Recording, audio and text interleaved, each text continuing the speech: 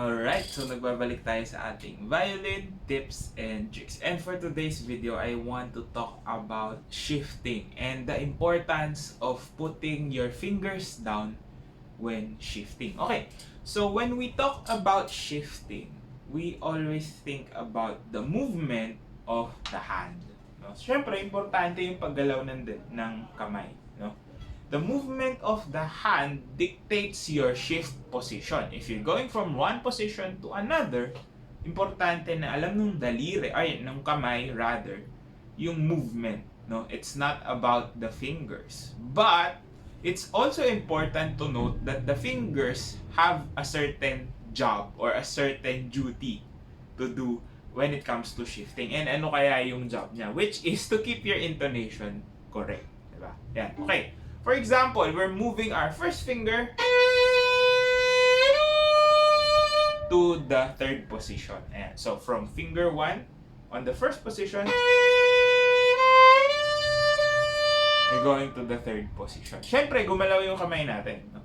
But, if we lift up our fingers going to the third position, ano yung mga possibilities na mangyari? Will we still land on the exact note? There's a tendency, nakita nyo, di ba?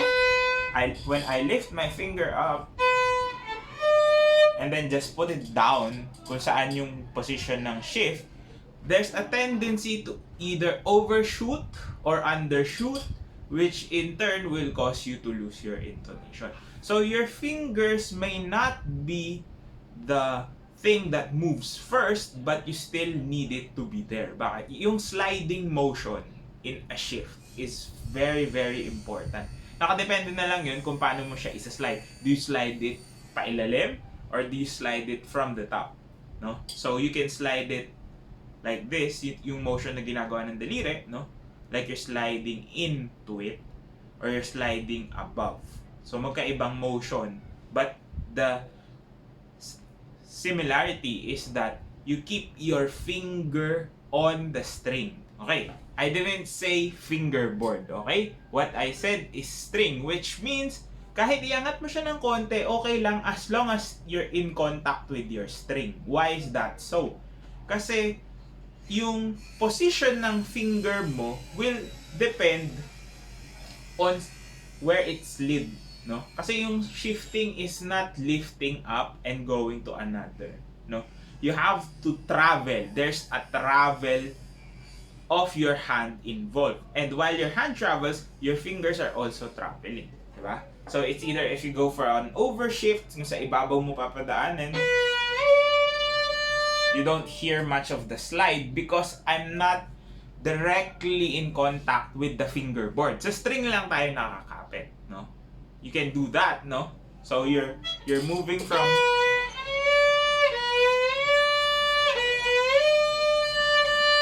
one to first position to third position, nilift mo ng konti, di ba? You keep your fingers on the string still, but you lift it away, no? And you can also do it, napabaliktad naman, when you do an undershift, where you keep your finger on the string and in contact with the fingerboard, di ba? Parang hindi umaalis doon. But the important thing is you're still mobile, di ba? So, you have to not only master all types of shifts, no? Because there's a lot of different ways to do a certain shift. Pero nakadepende yun sa taste mo. It also depends on the style that you're playing in, and it also depends on the way your technique will benefit your playing, no? There's a lot of factors to consider when you're shifting. But one thing's for sure, you should not lift it. Kasi if you lift it like a jump, no, it's not a shift anymore. Kahit na sabihin natin gumalaw yung hand natin, you don't have anything else to say na tatama ako.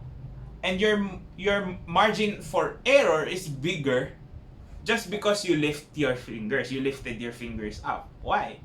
Kasi wala ka ng basis. Your only basis would be the feeling here and what you see, di ba?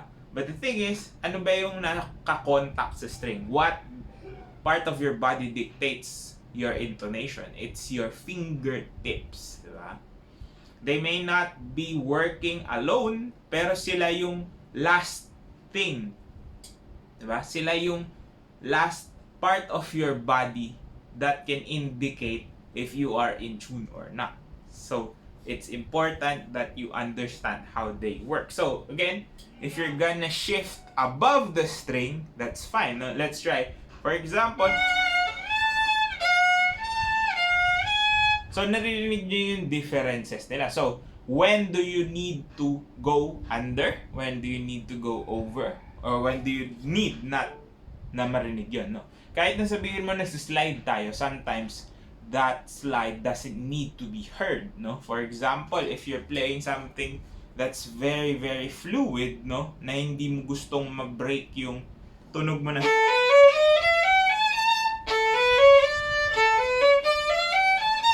but if you look at my fingers closely, nandun pa rin ako. I never lifted it up. So, it's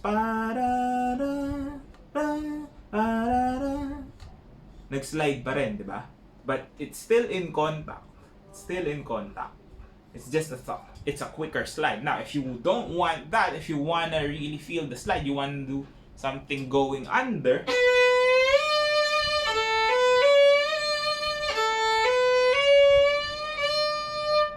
so you just lengthen the slide and just keep pressing down. Okay? So this is what's happening if you're going to go for an undershift. Diba? So I let that pressure on, nandun yung pressure, and just slide it in. Okay? So yung kanina, we went a fast, quick motion. I'm still on the string, but I'm not touching anymore the fingerboard, which means wala akong pressure na ina-apply. It's just that feeling is really, really important. As we've talked about in the previous video, diba? We see, we feel, and we hear. So that's the process that's going on. Now, if I undershift, I keep that pressed. Diba? Now, if I want to overshift,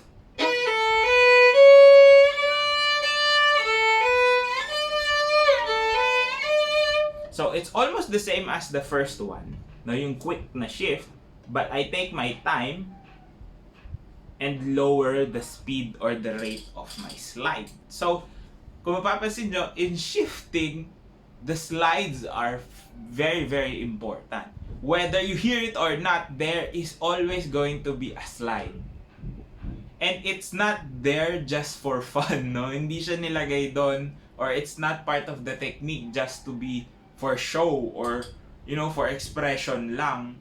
It's there because it helps you track your intonation, helps your fingers understand which part of the fingerboard should I land in, diba?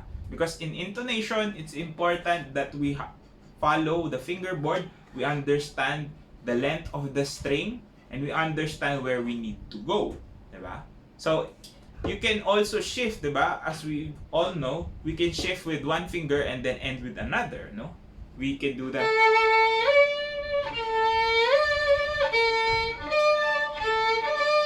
But if you notice nga, I still am not lifting my fingers. So, for example, if I'm shifting from 2 to 1, la, re, I would slide with this one and end with that one. That's one option. Pero if you look closely, I'm still sliding with that finger going to the other finger. Or you can do it like that. That I slid almost a quarter of the way through, tapos palit. But it still continues in that slide, diba? So wala talagang pag-angat na nagaganap, no? I'm not lifting it up during the shift. I'm not lifting it up before the shift. Because it is added security and it will benefit your playing, no? Maiintindihan mo na kung gaano lang kalaki, gaano lang kaliit, how small, how big the movements are, and you can be able to really give exact motions, exact movements from your fingers. So again, I'm not saying that your fingers should be the one to only move, but you have to keep track of where your fingers are moving in with and in relation to your hands. Ayan, sana may natutunan kayo sa video na to. If you like this one, please like this video, share this video, comment down below more topics and tricks you want to learn, and of course, subscribe to my YouTube channel for more content. Check out my course on Udemy, it's still available. All links down in the description box below, and I will see you on the next video.